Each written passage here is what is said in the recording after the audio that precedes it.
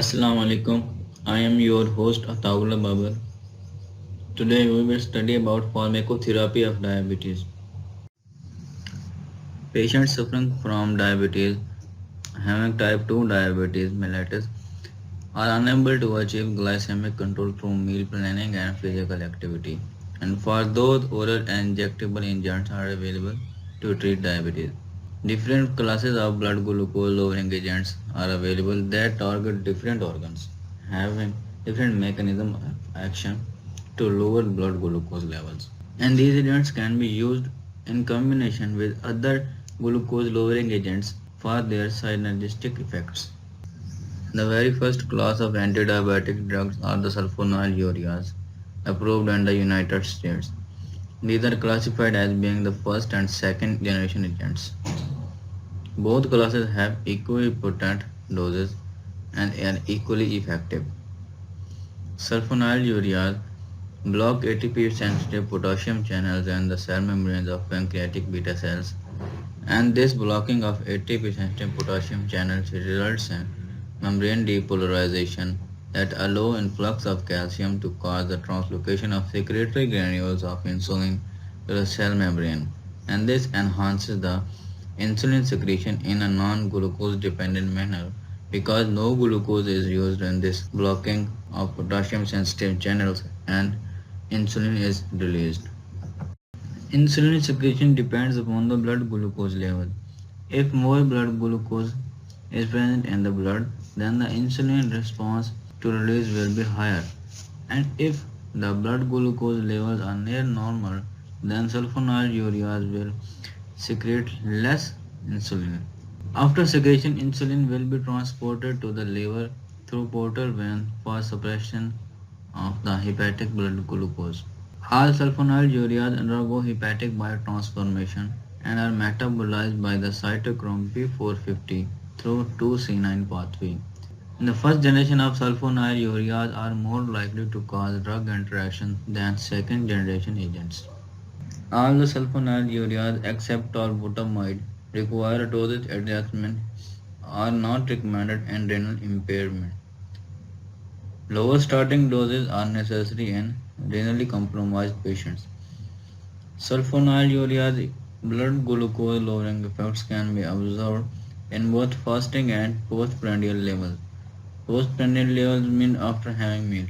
Monotherapy with these agents generally produce a 1.5 to 2% decline in A1C concentration and 60 to 70 mg per deciliter reduction in fasting blood glucose levels. For example, if a patient is having a blood glucose level of 190 mg per deciliter, then after having sulfonylureas, the normal value will be about 120 to 130 mg per deciliter, and that will be normal. Due to continued pancreatic beta cell destruction, failure of the sulfonylurea drugs occur at a rate of 5 to 7% per year, meaning that the response rate of the drug is decreased by 5 to 7% per year. The main point, the limitation of sulfonylurea therapy is their inability to stimulate enough insulin from beta cell at extremely high glucose levels. This extremely high glucose level is termed as glucose toxicity. Means a patient if a patient is having a blood glucose level of 350 mg per deciliter, then these drugs are not able to release enough insulin to decrease glucose levels to normal. The common side effects or adverse effects include the hypoglycemia and weight gain. Hypoglycemia occurs if the dose of the drug is increased. There may be some cross sensitivity in the patient that have sulfur energy because sulfur is the constituent of these drugs. Okay, the next drugs are the non-sulfonylurea secretagogues. These are also called glinides. They have the same effect as with the sulfonylureas. Glinides are also called meglinotides and they have much shorter onset and duration of action. Glinides produce pharmacologic effects same as the sulfonylureas by interacting with the ATP-sensitive potassium channels on the beta cells. However, the binding site of the non-sulfonylureas or the glycinide is adjacent to the side of the sulfonylureas. The primary benefit of biguanides is their effect in reducing post-meal glucose levels, means post-prandial blood glucose levels. And they have been demonstrated to show a reduction in A1C level between 0.8 to 1%, and that is less than sulfonylureas. Due to their rapid onset and short duration of action, they have to be taken 15 to 30 minutes before a meal. These drugs are used in combination with other drugs to achieve synergistic effects. Combination with biguanides are commonly seen. Biguanides are the, for example, metformin. Examples of non-sulfonylureas are repaglinide and netglinide. Next is the very important class, the biguanides. These agents lower blood glucose levels by decreasing hepatic glucose production and increasing insulin sensitivity in hepatic and peripheral muscle tissues. And the exact mechanism of biguanides is unknown. Metformin lowers blood glucose levels in the case of fasting and post-meal blood glucose. It has been shown to reduce A1C levels by 1.5 to 2% and fasting plasma glucose levels by 60 to 80 mg per deciliter when only metformin is used. As compared to the sulfonylureas and inability, metformin retains the ability to reduce fasting glucose levels if the levels are over 300 mg deciliter. Metformin does not affect insulin release from beta cells of the pancreas, so hypoglycemia is not a common side effect. Metformin reduces diabetes-related death and myocardial infarction and risk of stroke in overweight patients with type 2 diabetes. Metformin is the only oral anti-hypoglycemic medication proven to reduce mortality and is available generically. And the brand name of metformin is glucophage that is available in different settings. American Diabetes Association treatment algorithm consider lifestyle modification and metformin as first-line therapy for type 2. Metformin have beneficial effects on serum lipid profiles of the body and has become the first-line agent for type 2 diabetes patients with metabolic syndrome. On average, triglyceride levels are decreased by 18.69% and LDL cholesterol levels are reduced by 12.09% respectively. But high density lipoprotein cholesterol may improve by as much as 1.17%. Metformin is used in combination with sulfonylureas, thiazolidinediones for synergistic. Metformin does not undergo significant protein binding and is eliminated from the body unchanged in the urine. Contraindications of the metformin. Patient with calculated creatinine clearance of less than 60 milliliter per minute should not receive metformin. Metformin is contraindicated in patients with a serum creatinine level greater than or equal to 1.4 mg per deciliter in women and 1.5 mg per deciliter in men. Metformin should not be initiated in patients above 80 years old unless renal function has a normal value. Additionally, therapy with metformin should be withheld in patients undergoing surgery or radiographic procedures in which nephrotoxic dye is used. Therapy should be withheld the day of the radiographic procedure and the renal function should be assessed 48 hours after the procedure. If the renal function is normal, then the therapy may be resumed or continued. Primary side effects of metformin therapy are gastrointestinal in nature, including the decreased appetite, nausea, and diarrhea. These side effects can be minimized by dose titration. Biguanides such as metformin are thought to inhibit mitochondrial oxidation, so there are chances of lactic acidosis. Lactic acidosis causes a risk to patients who have renal impairment or those who are at advanced age. Metformin should be stopped promptly in case of hypoxemia, sepsis, and dehydration. Patients should avoid consumption of excessive alcohol if they are taking metformin, and metformin use should be avoided in patients with liver disease. Thiazolidinediones also called glutazones, have an established role in type 2 diabetes mellitus therapy. They increase insulin sensitivity by stimulating peroxisome proliferated activated receptor gamma, abbreviated as PPARG. Stimulation of PPARG results in a number of intracellular and extracellular changes, including increased insulin sensitivity and decreased plasma fatty acid levels. This results in decreased amount of glucose in the blood.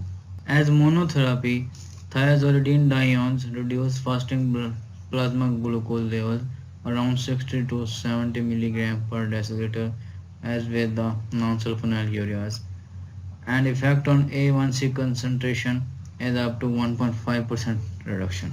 Onset of thiazolidinediones is delayed for several weeks, and this requires up to 12 weeks before maximum effects are observed.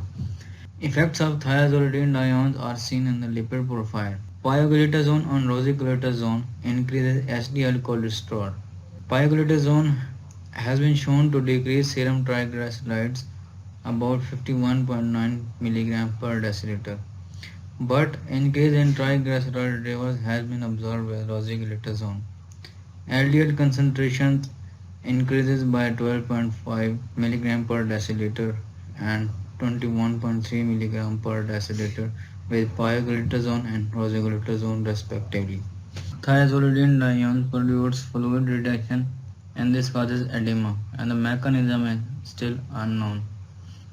Blood volume increases approximately 10% with thiazolidinediones. This causes edema. So these drugs are contraindicated in situations in which increased fluid volume is detrimental or harmful, such as heart failure.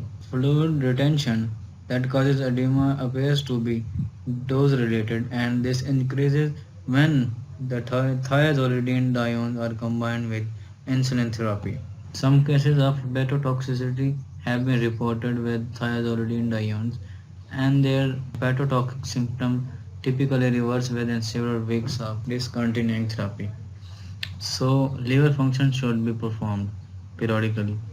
Patients who have a alanine aminotransferase level greater than 2.5 times the upper limit of normal, then patient should not be given thiazolidinedione.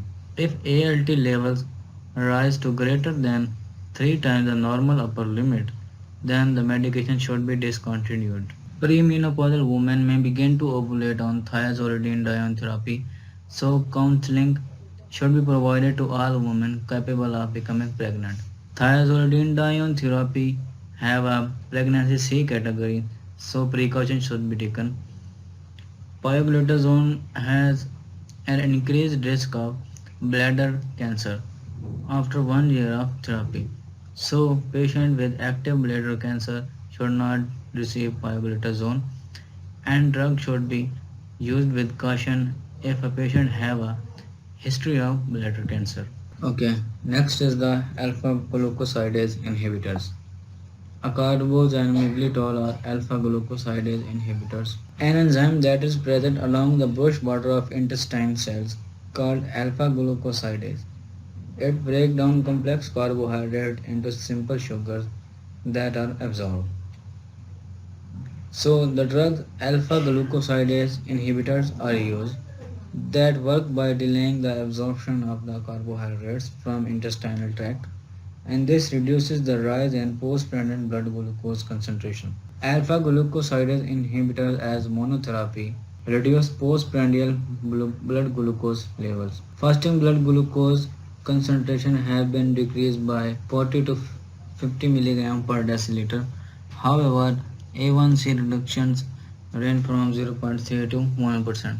The use of alpha glucosidase inhibitor causes high incidences of gastrointestinal side effects, including flatulence, abdominal discomfort, and diarrhea. So their use is limited. Gastrointestinal side effects occur as a result of intestinal bacteria in the distal gut metabolizing the undigested carbohydrates and producing carbon dioxide and methane gas. Undigested carbohydrates are present because alpha glucosidase inhibitors do not let them absorb in the intestine. Low initial doses followed by gradual titration may minimize gastrointestinal side effects. Alpha glucosidase inhibitors are contraindicated in patients with short bowel syndrome or inflammatory bowel disease termed as IBD.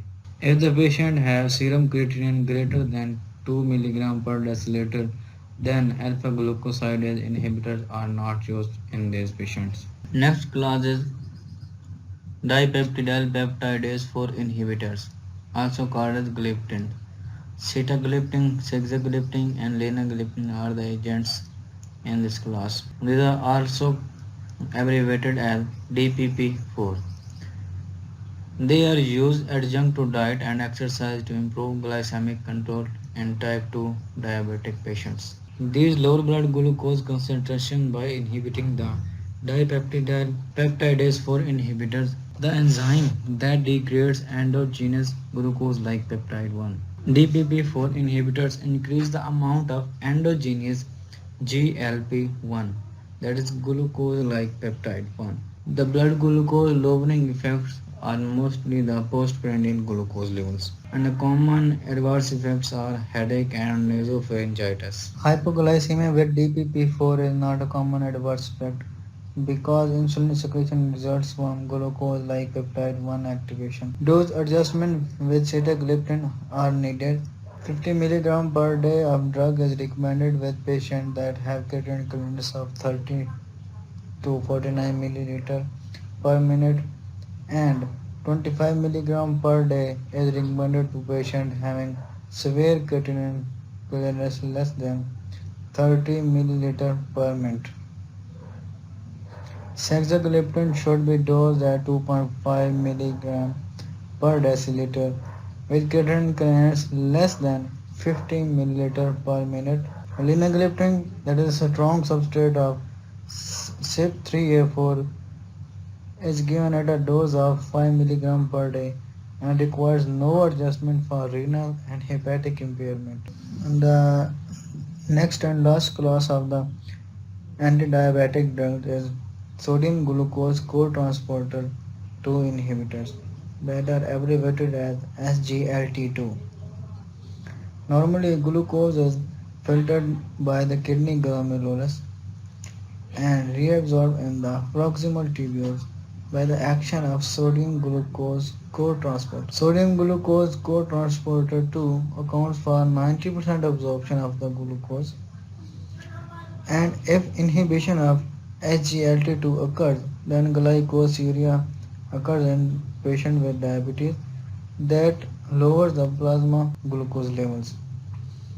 The agents of SGLT2 are canagliflozin, dapagliflozin, and empagliflozin. As with the DPP-4 inhibitors, these agents are also approved as adjunct to diet and exercise to improve glycemic control in adults with type 2 diabetes. Normal reductions in A1C values are 0.7 to 1.3%, and the possible adverse effects are urinary tract infection, genital mycotic infection, increased urination, hypotension, and increased serum creatinine. Here are the sites and mechanism of action for non-insulin agents. In pancreas, sulfonylureas, non-sulfonylureas, GLP-1 agonists, pramlintide, biguanide, and thiazolidinediones have the site of action. Sulfonylureas enhance insulin secretion. Non-sulfonylureas also enhance insulin secretion. GLP-1 agonists, these increase insulin secretion and suppress glucagon secretion. Pramlintide, that suppresses the glucagon secretion. Biguanide decrease hepatic glucose production and increase insulin sensitivity and decrease appetite. Thiazolidinediones increases insulin sensitivity in the peripheral areas. Biguanides and thiazolidinediones have the site of action of muscles, and they both increase insulin sensitivity. Thiazolidinediones act on adipose tissue and increase insulin sensitivity. GLP-1 agonists pramlintide dipeptidyl peptidase 4 inhibitors, and alpha glucosidase inhibitors have site of action on intestine. GLP-1 agonist increases the satiety and regulate gastric emptying. Pramlintide also does the same. DPP-4 inhibitor increases endogenous glucose like peptide 1. Alpha glucosidase inhibitor delays absorption of the carbohydrates. That's all for today. If you have any queries about this topic, you can comment in the comment box. If you like the video, then subscribe the channel and press the bell icon for more updates.